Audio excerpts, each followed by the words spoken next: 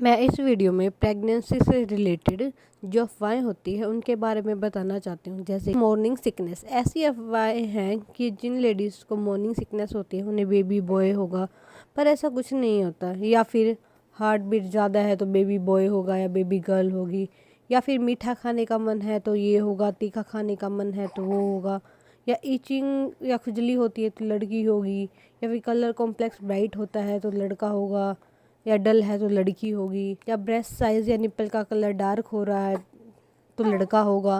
पर ऐसा कुछ नहीं होता। मॉर्निंग सिकनेस इसलिए होती है क्योंकि ब्लड में शुगर लेवल कम हो जाता है और प्रेगनेंसी में हार्मोन लेवल बढ़ जाता है। और सिकनेस इसलिए भी होती है क्योंकि लेडीज़ स्ट्रेस लेती हैं, ज़्यादा थक जाती हैं, थोड़ा आलस आ जाता है और लगातार खाने की वजह से भी मॉर्निंग सिकनेस होती है। इसके अलावा बेबी की हार्ट बीट प्रेगनेंसी के टाइम ज़्यादा होती है और एज के साथ नॉर्मल होती जाती है। और क्रेविंग होने की काफ़ी वजह होती है, जैसे कि हार्मोन्स चेंजेस होना, स्मेल और टेस्ट की वजह से भी क्रेविंग होती है, न्यूट्रिशन कम खाने की वजह से भी क्रेविंग होती है।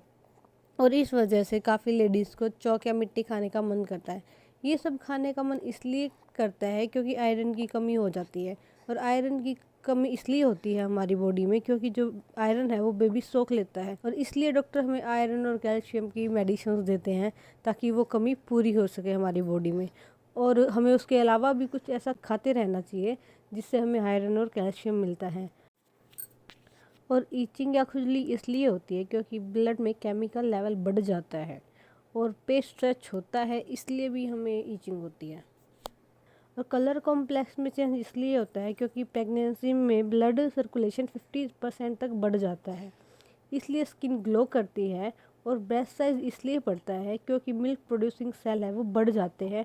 और निप्पल का कलर डार्क इसलिए होता है क्योंकि हमारी स्किन के सेल ज़्यादा पिगमेंट रिलीज़ करते हैं, इसलिए वो डार्क हो जाते हैं, पर डिलीवरी के बाद नॉर्मल हो जाते हैं। एट द एंड मैं यही कहना चाहती हूँ, बेबी होने से पहले हम ये पता नहीं कर सकते कि बेबी गर्ल है या बेबी बॉय है। अल्ट्रासाउंड से भी हमें 100% कन्फर्म पता नहीं चल सकता कि बेबी बॉय होगा कि बेबी गर्ल होगा। और कुछ लेडीज़ ये पता करने के लिए काफ़ी ट्रिक्स भी यूज़ करती हैं, जैसे कि सोडा टेस्ट, रिंग टेस्ट। इन सब से कभी पता नहीं चल सकता कि बेबी बॉय है या बेबी गर्ल है, ये सब अफवाहें हैं।